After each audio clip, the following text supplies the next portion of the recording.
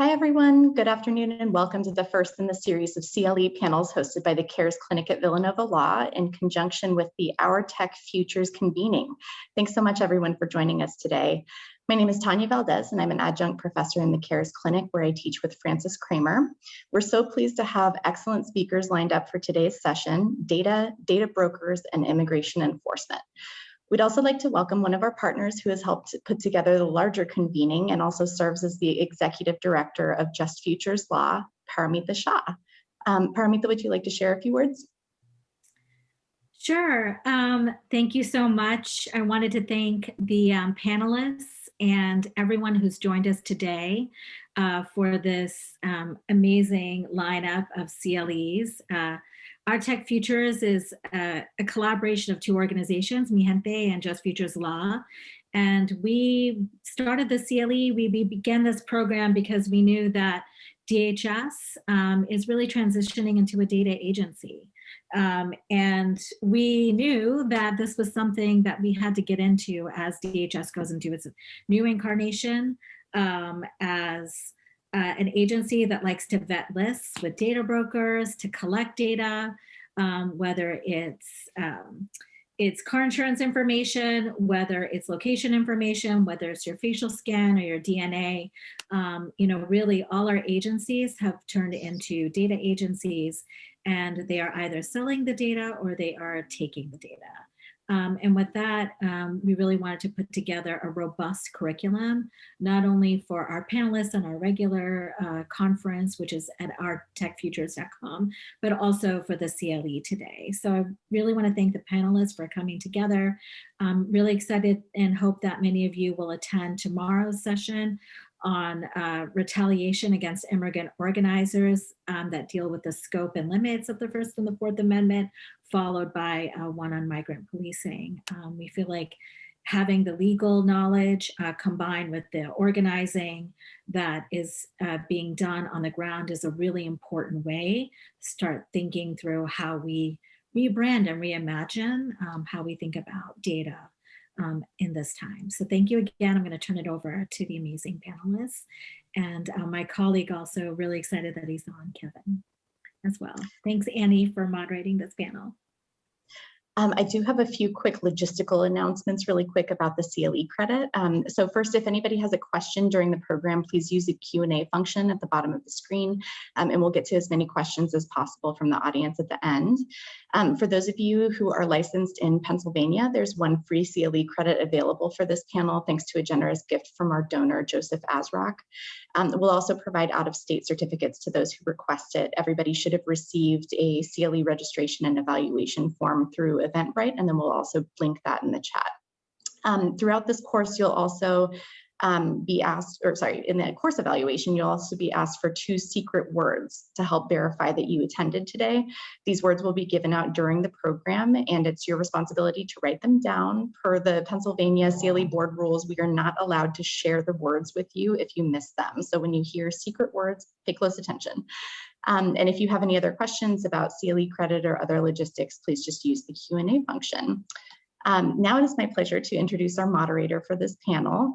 Annie Lai is a clinical professor of law and co-director of the Immigrant Rights Clinic at the University of California, Irvine School of Law.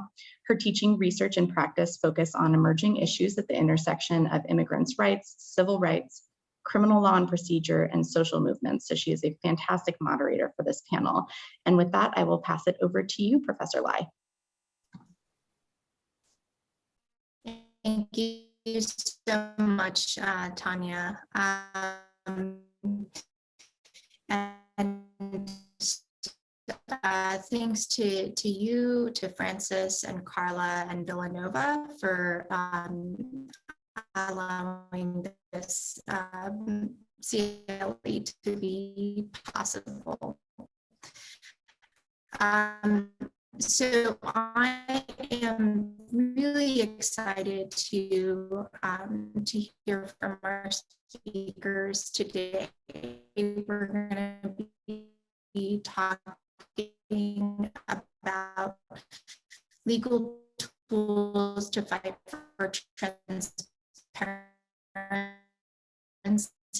and accountability in the expansion of text surveillance that we've been hearing about all day, including in the immigration enforcement context. And we have an amazing lineup of speakers to talk to us about that. For CLE purposes, I'm going to share the first secret word. The first secret word is hazelnut. I'm going to repeat it again. The first secret word is hazelnut. So go ahead and make a note of that if you want to use the speakers. I wanted to let folks know you should feel free to type any question. Don't feel like you have to wait till the end. We're going to go about 35 to 40 minutes. And then Kevin is a graduate, is an attorney with Texas Rio Grande Legal Aid and the Shriver Center and the National Immigration Law Center. We also have Asian Counsel in the Office of Enforcement at the Consumer Financial Protection Bureau, where she's worked in the District of Columbia and as a clerk to 2 federal judges. Before becoming a lawyer, she was a journalist. Last, certainly not least, we have Chi-Chi Wu. She is a staff attorney at the National Consumer Law Center, an organization focused on marketplace justice. Chi-Chi focuses specifically on consumer credit issues, including through legislative, administrative, and other advocacy. Chi-Chi's specialties include credit and other consumer reporting, credit cards, and medical debt. Before joining NCLC, Chi-Chi worked in the Consumer Protection Division at the Massachusetts Attorney General's Office and the Asian Outreach Unit of Greater Boston Legal Services. She is a graduate of Harvard Law School. Okay, so I think what we're going to do is start with Kevin. He's going to give us a little bit of an introduction to the issues and connect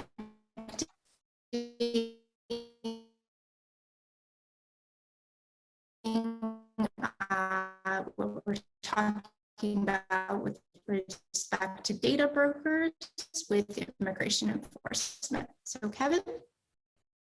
Thank you so much.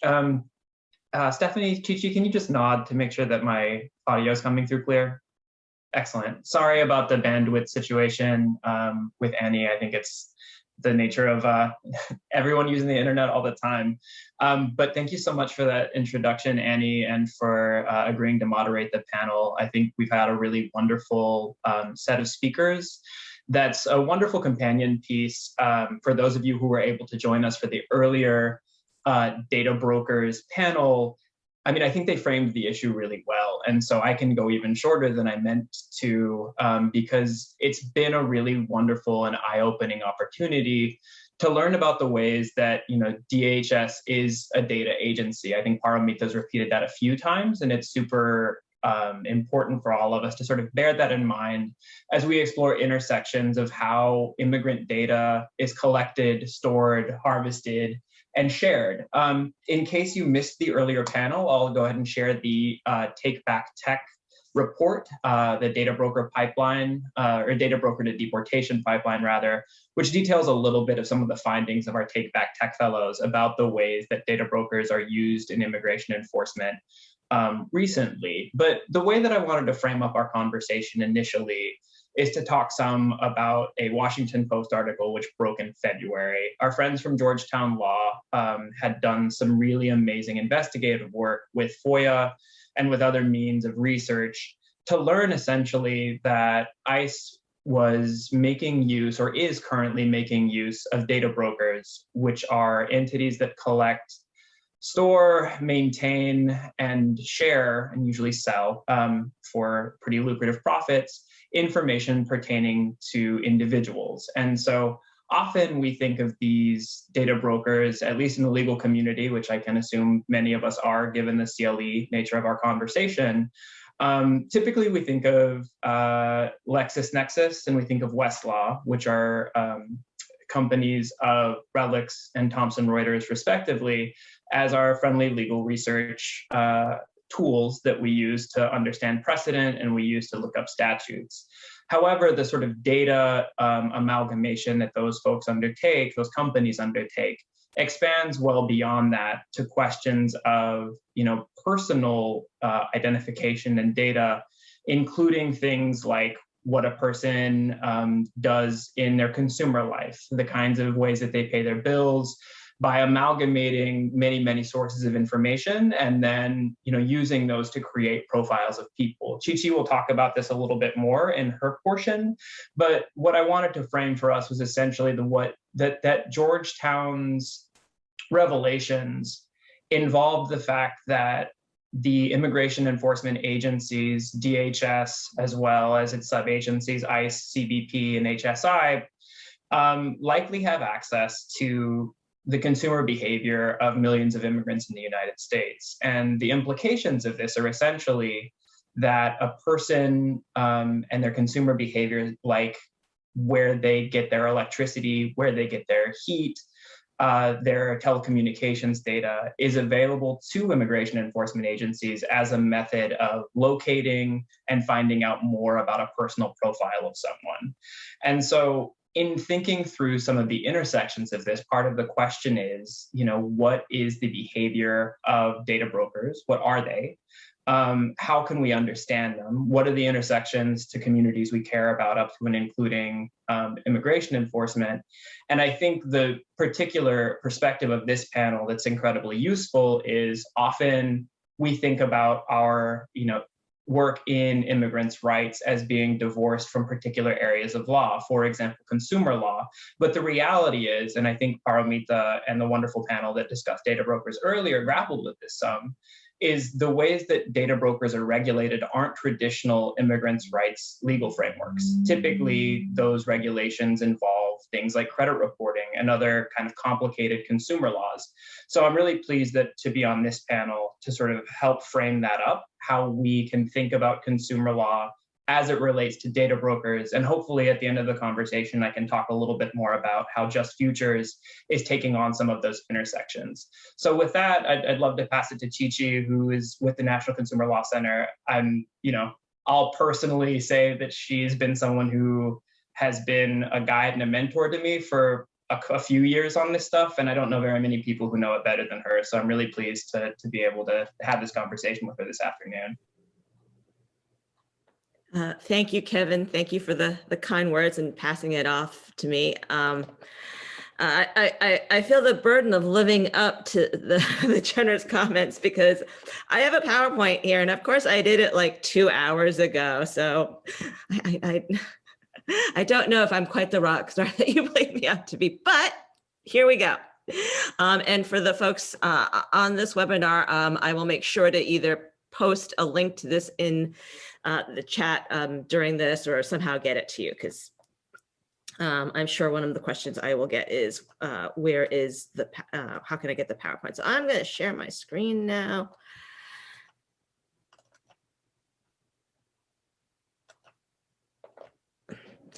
All right, so the panel today is about data and data brokers and immigration enforcement. So the first question, of course, is what is a data broker? Kevin kind of covered some of it in his remarks, but it's basically this vast array of companies that collect, analyze, and share and sell information about consumers. But this being a CLE, there are legal definitions as well, and there is some regulation of data broker on the state level. As far as I know, really not that much on the federal level of data brokers per se, as defined such. So Vermont was the first state to regulate data brokers. And as you can see, there are definitions of business that knowingly collects or sells or licenses information to third parties, the personal information of consumers whom the business does not have a direct relationship with. California was the next state to regulate them. They have a similar definition of data brokers, but they exempt consumer reporting agencies under the Fair Credit Reporting Act, which we're going to talk a lot about, as well as financial institutions under Gramm-Leach-Bliley. A major part of both of these data broker laws is that they require data brokers to register with the state. And for our purposes, what that's useful for is that you can actually get a list of data brokers from both of these states. For California, there's a list posted to the California Attorney General's office. And for Vermont, I couldn't find a whole list. There's a searchable database, but the Fast Company has a list from 2019 on its website. And so there are links in this PowerPoint. So those are sort of the legal definitions, but you may still be thinking, well, what are we talking about? And so here are some examples of the better known data brokers. And I'm putting better known in quotation marks because, as you can see, the first bullet, Axiom, Spokio, Intellius, Oracle, these are companies that are some of the better known data brokers, but they're really not household names, right? They're really not names unlike the next bullet, which is the consumer reporting agencies. And that's part of the issue, is the lack of transparency, is the fact that there's this huge group of companies sort of operating under the radar with very little transparency, collecting these massive amounts of information about consumers, selling it, sharing it, analyzing it, making judgments that we don't know about. Now, the next bullet is data brokers that we do know about because they're a special type of data brokers. They're consumer reporting agencies under the Fair Credit Reporting Act. Equifax, Experian, and TransUnion. And in fact, these three have a special status under the Fair Credit Reporting Act. They're called nationwide consumer reporting agencies, and colloquially, most people know them as the credit bureaus. And as Kevin has mentioned, they, at least we know Equifax is involved in the selling or sharing of data to DHS through its contract with Thomson Reuters. We also, now the interesting thing about these companies is they're not just limited to credit reporting. The three of them have themselves been purchasing or partnering with other databases and really expanding. I mean, they're on a shopping spree, they're on a buying spree. So they are buying specialty consumer reporting agencies. They are buying they're buying data brokers themselves. So TransUnion, for example, bought TLOXP. And I think it's Experian bought Tapad, which is another data broker. And the interesting thing about those purchases is, for example, TransUnion does not treat TLOXP as a consumer reporting agency, even though TransUnion itself is a consumer reporting agency in the Fair Credit Reporting Act. And TLOXP is being used by law enforcement. I don't know if they're being used by ICE, but we just heard of, for example, TLOXP being used by police in Arizona to seize the tax refund of someone they thought owed a traffic fine. So it wouldn't be surprised me if ICE ends up with a contract with TLOXP. Now, Experian, Equifax, and TransUnion aren't the only consumer reporting agencies. It's actually a fairly broad definition, and I'll highlight that in a second. But there are other consumer reporting agencies. The database used by ICE, featured in the Washington Post article, is NCTUE, National Consumer Telecom Utilities Exchange, which is a cooperative of utility and telecom companies of payment and default data. LexisNexis, Kevin mentioned, they are a big data broker. They have some components that they consider to be a consumer reporting agency. They have some components that they don't, and they don't, in my opinion, questionably. Apparently, we have heard they have a contract with ICE as well, which is a little bit alarming to me because really LexisNexis, in my opinion, has been fairly problematic when they've sold information to the government. We just issued a report, my colleague Sarah Mancini last month issued a report about Social Security, the Social Security Administration using LexisNexis data. And the problem being that their data is very problematic. What they're doing is they're selling data to Social Security to indicate when an SSI or SSDI recipient has non-home real estate, which could render them ineligible because SSI, SSDI, as many of you know, are needs-based. And so the problem is that they're tagging SSI recipients with property that doesn't belong with them because they're using name-only matching. In other words, they're saying, you, John Smith, the SSI recipient, own a piece of property 2 counties away in the same state because that piece of property is owned by John Smith. Well, you could see the problems there because if it's not the right John Smith, you've now kicked some poor SSI recipient off of benefits. And this is documented in our report at this link. And by the way, to Kevin's point that, everybody thinks about LexisNexis, Thomson Reuters as our legal research tool. One thing I always like to point out is the LexisNexis unit, that's the data broker, is the former Choice Point. And for folks who maybe been around for a while, about 15 years ago, Choice Point was the subject of a Federal Trade Commission enforcement action for selling its data to identity thieves, resulting in a $10 million fine, which is, at that point, I think was the largest FTC fine ever. So it's a company with a checkered past.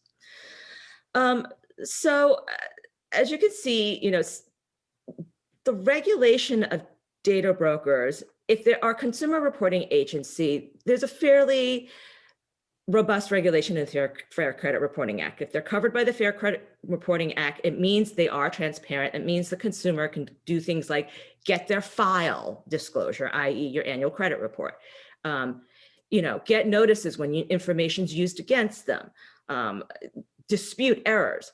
But if they're not covered by the FCRA, then all you have maybe is the Vermont and California laws, which are useful. I mean, you should check out the list of companies at those links. So what is a consumer reporting agency? I think Stephanie's going to get more into this. I'm just going to put the definition up on the slide so people can see it. And turn it over to Stephanie. Okay, there we go.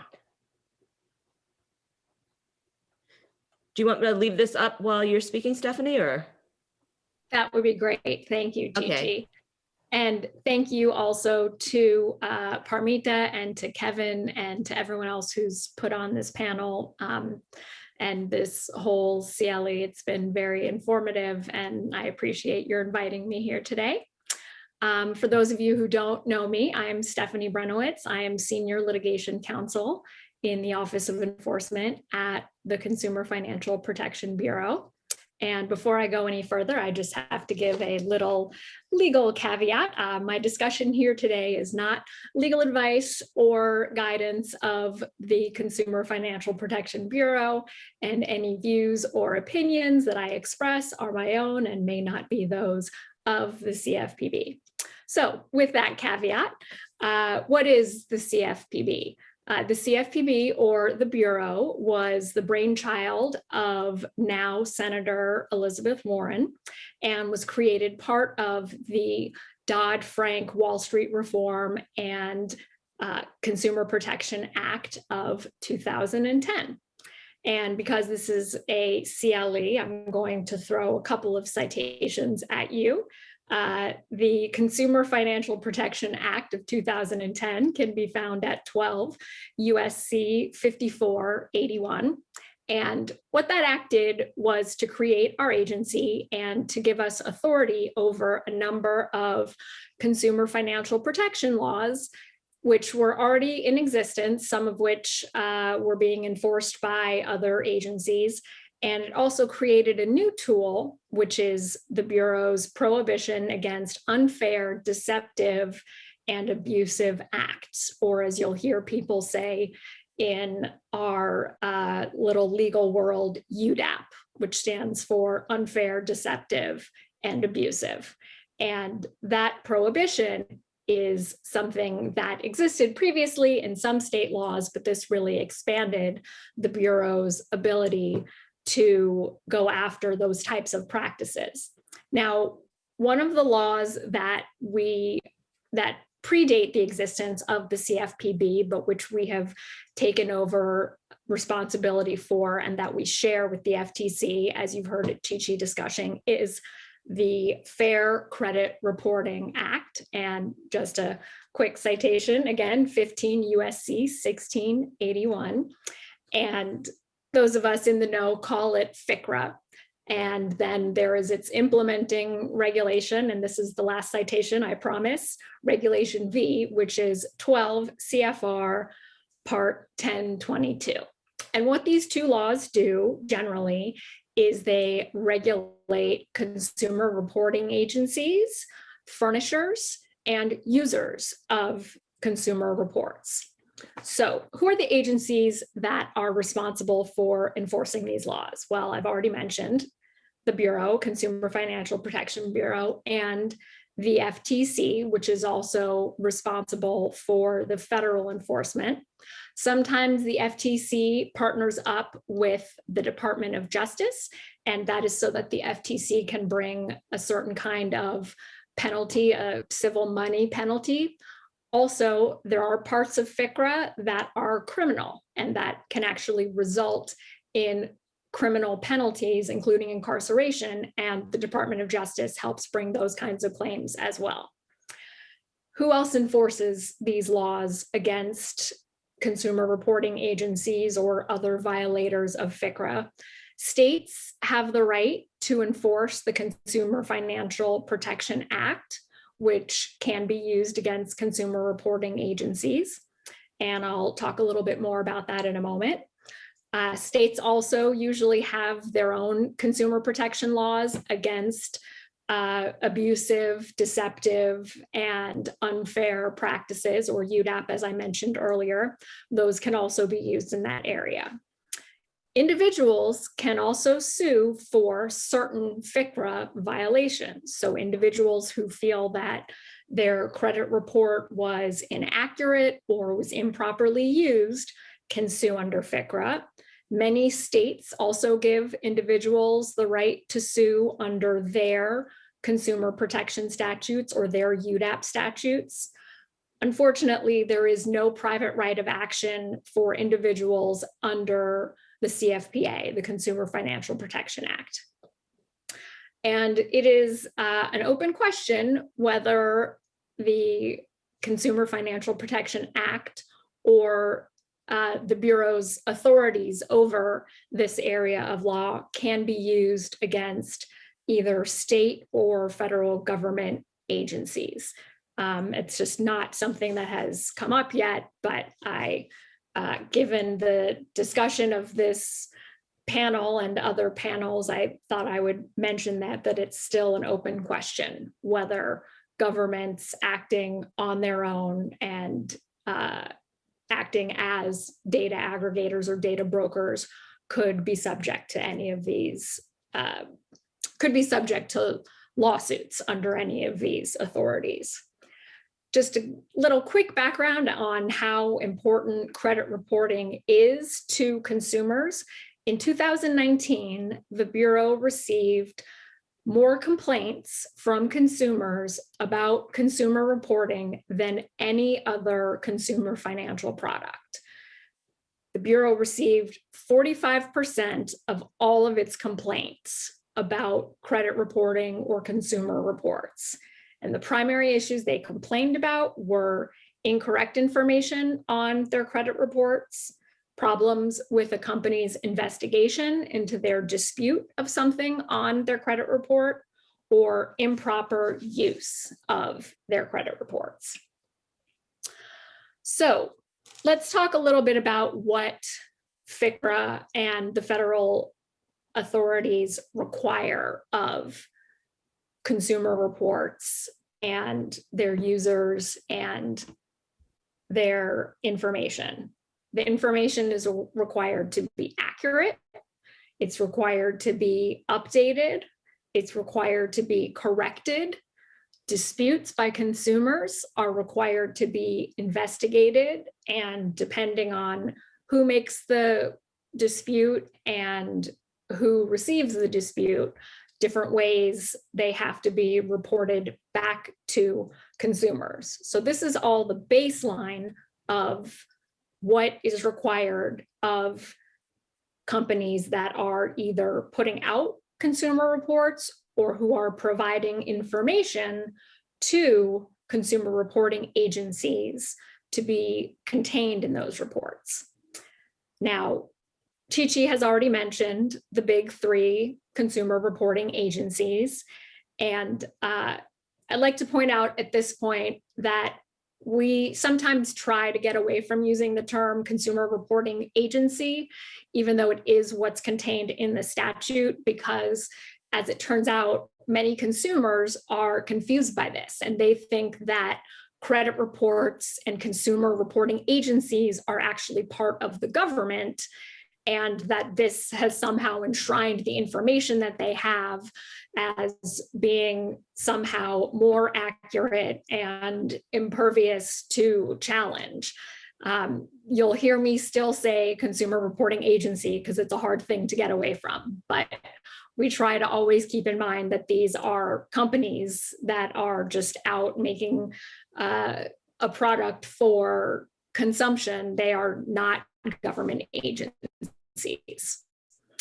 So you've heard of the big three credit reporting companies. As Chi-Chi mentioned, national consumer reporting companies, there are subspecialty consumer reporting companies, whether it's compiling information on consumers' behavior regarding checking accounts, employment, apartment rentals, check cashing, insurance, criminal backgrounds, any other kind of backgrounds.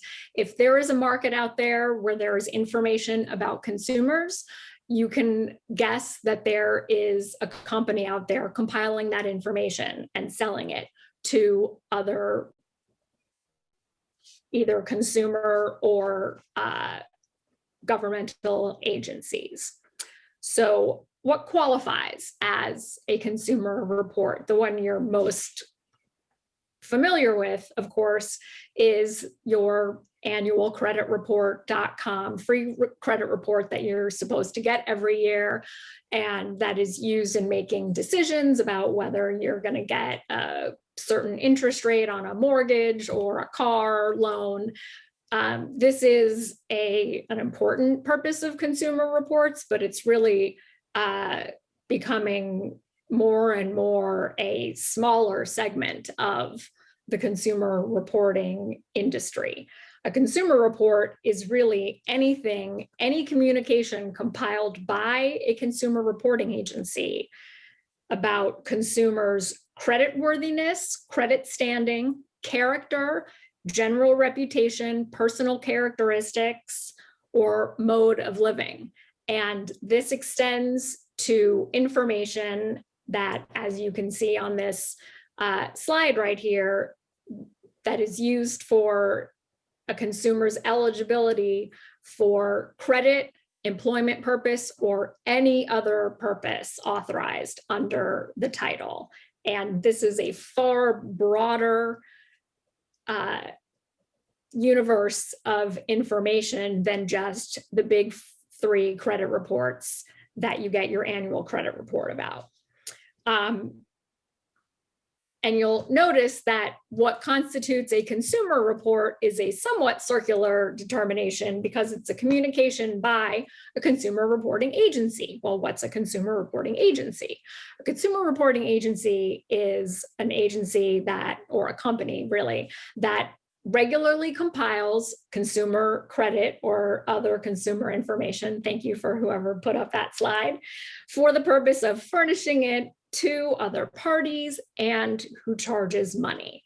And it is a totality of the circumstances test. So who is a consumer reporting agency? Well, one court looked at CLEAR by Thomson Reuters and found that because Thomson Reuters didn't intend to create a consumer report and didn't intend to be a consumer reporting agency under FCRA, that therefore it wasn't a consumer reporting agency. I'm not here to pass judgment. I'm just letting you know that that's what one court found. Other courts have looked at LinkedIn and have determined under a similar analysis that LinkedIn is not a consumer reporting agency. Similarly, many courts have looked at LexisAccurate and have concluded the same.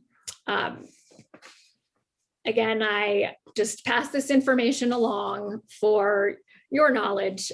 This is not necessarily the Bureau's position or necessarily one that that we would necessarily agree with. It's just the current legal landscape. So let's take a look at what are the permissible uses for consumer reports. And specifically, I'm going to divide them for you into two different kinds. There's the kind where your permission is needed in order to pull the information on your consumer report, and ones where your permission is not needed. So your permission is not needed when it's in response to a court order or a subpoena issued by a federal grand jury, or in response to certain federal administrative authorities. Your permission is not needed if it's in connection with a child support determination, and your permission is not needed for a pre-screened offer or of credit or insurance. Just a little caveat there, if you want to get rid of those pre-screened offers of credit and insurance, you can go to optoutprescreen.com. Even though it has a .com at the end, it is an officially sanctioned website where you can stop getting those pre-screened offers of mortgages and car loans and whatnot that you don't want. Those are the ones where your permission is not needed. Where your permission is needed to pull your credit report is when you apply for credit or insurance, utilities, cell phone, apartment rental, if you're applying for a job, and a caveat there, they don't see your credit score, but they do see some parts of your report. If you initiate a business transaction, if you're seeking business investment, or you apply for a license or another benefit granted by the government. And when I say here that your permission is needed, what I really mean is that when you are going to apply for any of these things, there will be a notice, maybe a box, where you acknowledge that your credit will be pulled and evaluated as a result of this process. I don't mean that they're going to somehow separately ask for it. So always be on the lookout for that. Turning specifically to the issue of data brokers and actions that the Bureau has taken against various types of activities in the marketplace that involve data brokers or credit reporting agencies. I was on the team of the first enforcement action that was brought against the big three credit reporting agencies in 2017 against Equifax, Experian, and TransUnion for unfair and deceptive marketing of credit scores. And you may recall these ads, which were ubiquitous on television and the internet about less than 10 years ago,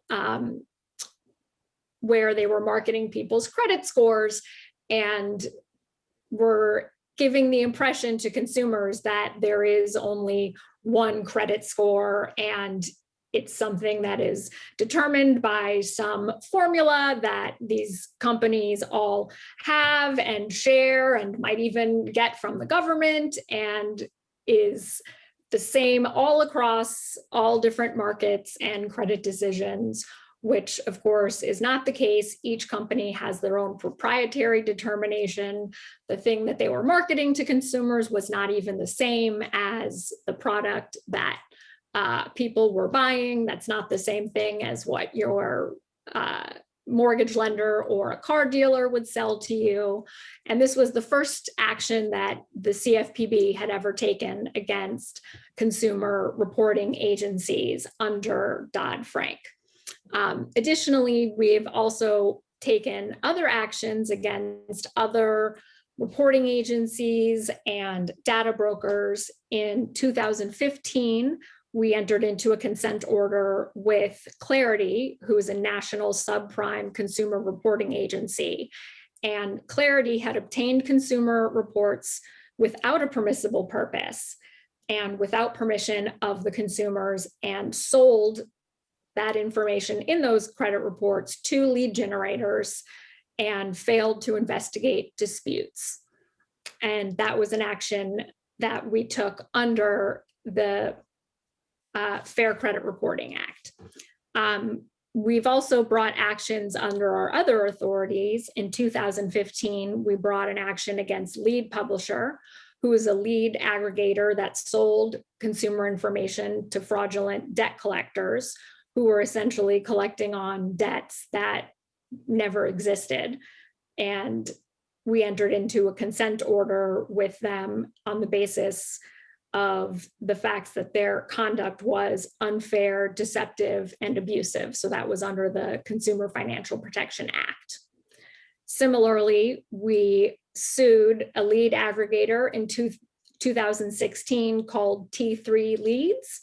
And T3 Leads was, according to the Bureau's allegations in that case, which was settled in federal court, was a lead aggregator that was reselling loan applications containing sensitive personal data to lenders and data brokers without properly vetting the sources or the sellers or the buyers of that information. And as a result, those consumers were steered into more expensive loans than they might otherwise. That was an action, again, that we brought under our unfair and abusive authority. Similarly, in 2017, we brought a similar action against Zero Parallel, which is an online lead aggregator that steered consumers into unenforceable payday loans that were being issued by lenders that had no licenses and no authority to collect on them. And finally, I'll just tell you about one final action that we brought under our Consumer Financial Protection Act authority, as well as two other laws, the Truth in Lending Act and the Electronic Transactions Act, that the Bureau alleged that a company called Hydra Payday Lending, which was an online payday lender, was obtaining consumers' information from third-party data brokers and using the information for unauthorized debits to consumers' accounts, basically taking the information from these credit reports and placing loans in consumers' accounts that they had never applied for and didn't even know they were receiving, and then proceeded to debit their accounts every 2 months to repay that loan that the consumers had no idea they had even taken out. So these are just some examples of enforcement actions and other legal actions that the Bureau has taken in the area of data brokers and consumer reporting. And with that, I will throw this back to Chi-Chi. Thank you so much, Stephanie. Chi-Chi, do you want to quickly address the question of who's covered? Thanks. I'll try to do this quick. So as Stephanie pointed out, the definition of consumer reporting agency is really broad. It's not just the big three credit bureaus or even some familiar faces like employment background screening.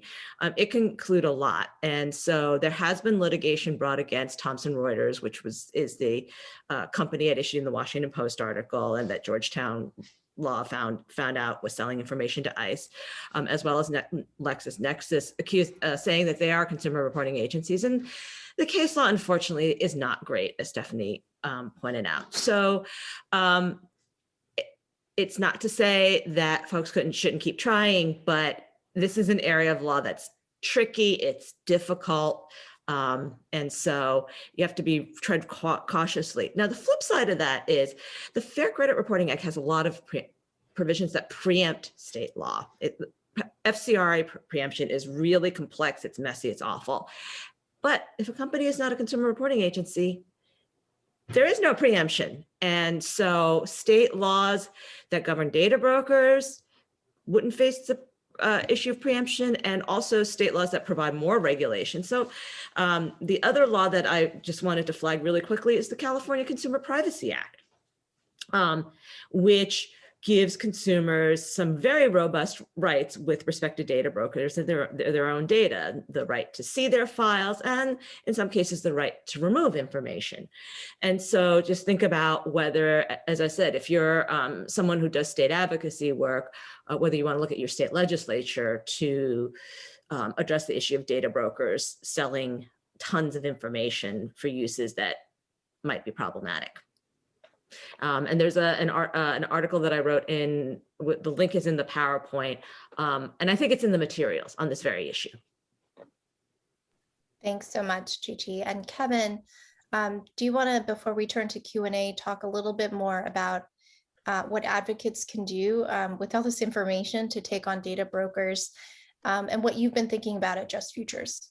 Yeah, and I'll just take 2 minutes because I don't want to deprive people the opportunity to ask this really excellent panel, interesting questions, because this is all very complicated. But as someone who can say a lot and is not necessarily constrained by any particular set of constraints, I just wanted to talk about how the immigrants' rights movement should intersect with data brokers and what our responsibilities are, given that we know that massive data surveillance is a tremendous threat to the well-being of some of our communities.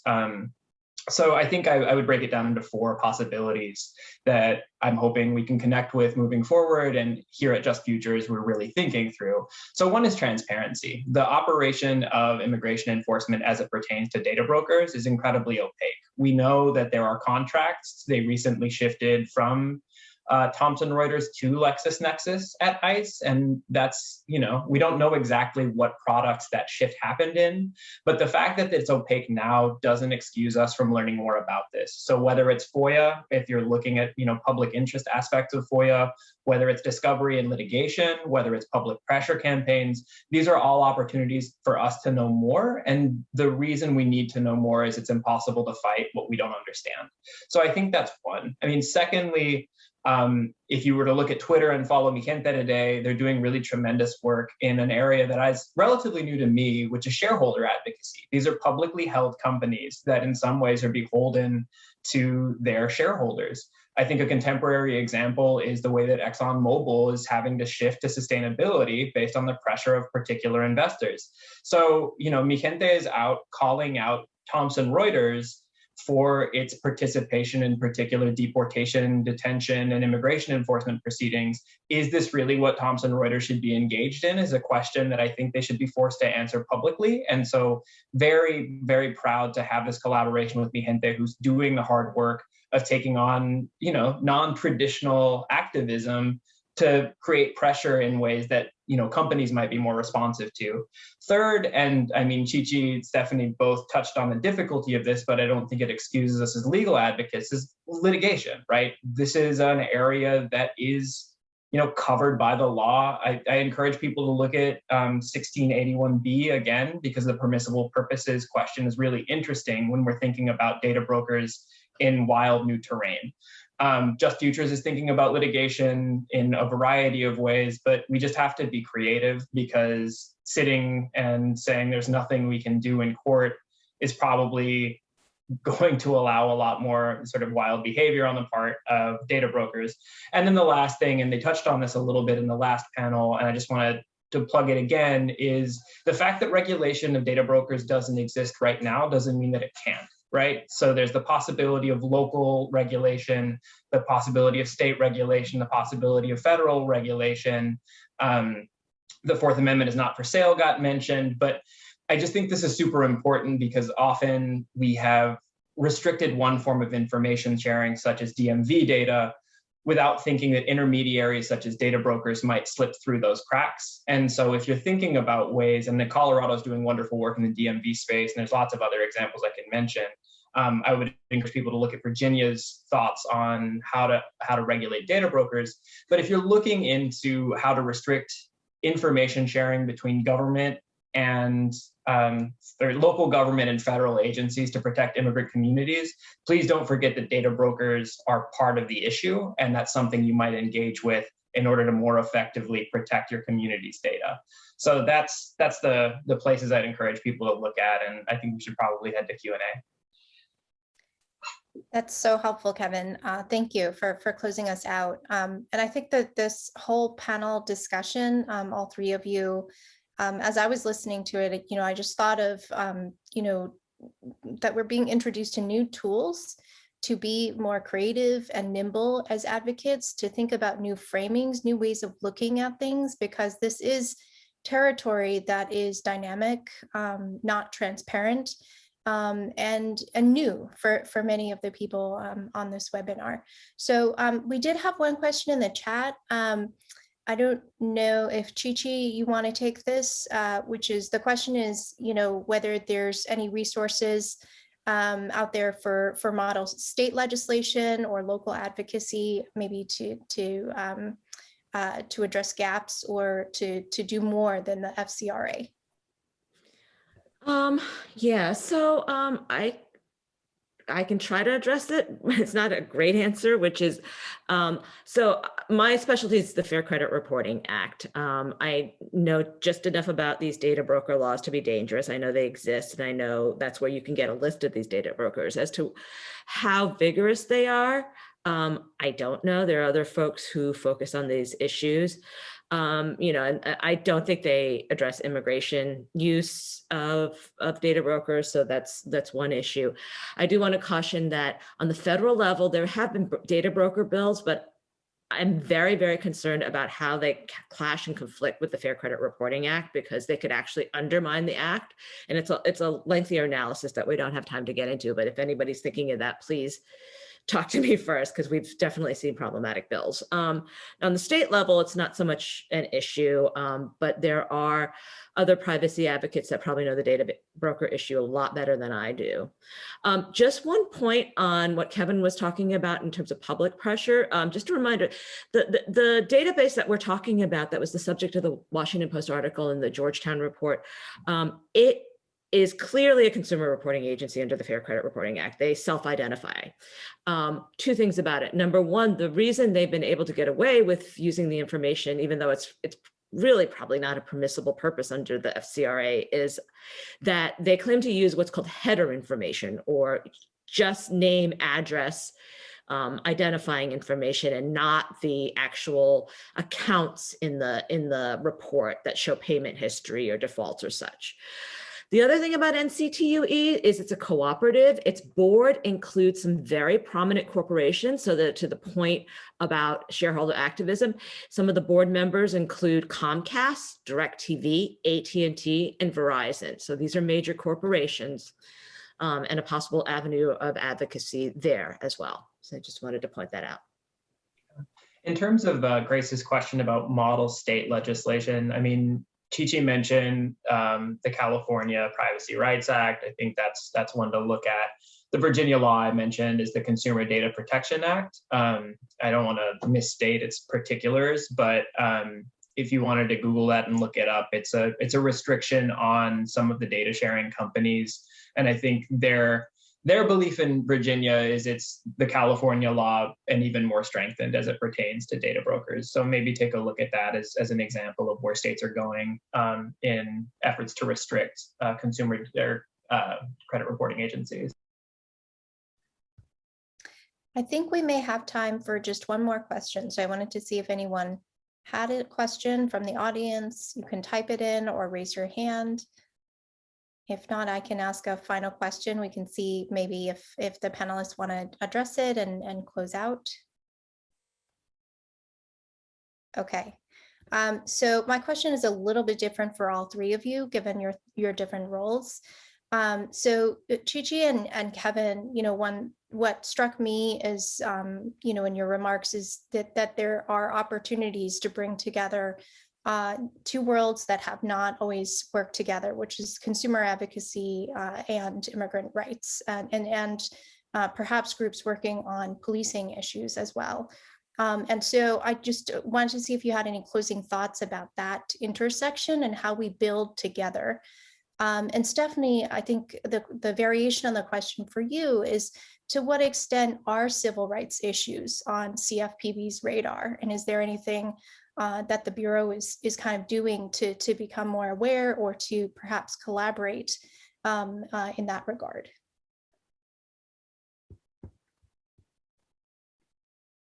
So if anyone wants to respond, we have, time for like a 30-second quick answer. I would say that the consumer advocacy community and the immigrants' rights community have had a history of at least communicating and networking. I mean, I've been at National Consumer Law Center for 20 years, and one of the first projects I undertook was an immigrant rights project where we worked with local immigrant rights advocates to educate them about consumer issues and to hear what the issues they were seeing. Kevin was at an immigrant rights organization that I worked with a lot on individual taxpayer identification numbers. And so, there's been a lot of cross collaboration over the years, and there are civil rights organizations that cross both, UNIDA's US being a prime example, that they work on consumer advocacy, civil rights, immigrant rights. Always welcome more collaboration, and, my virtual door is open.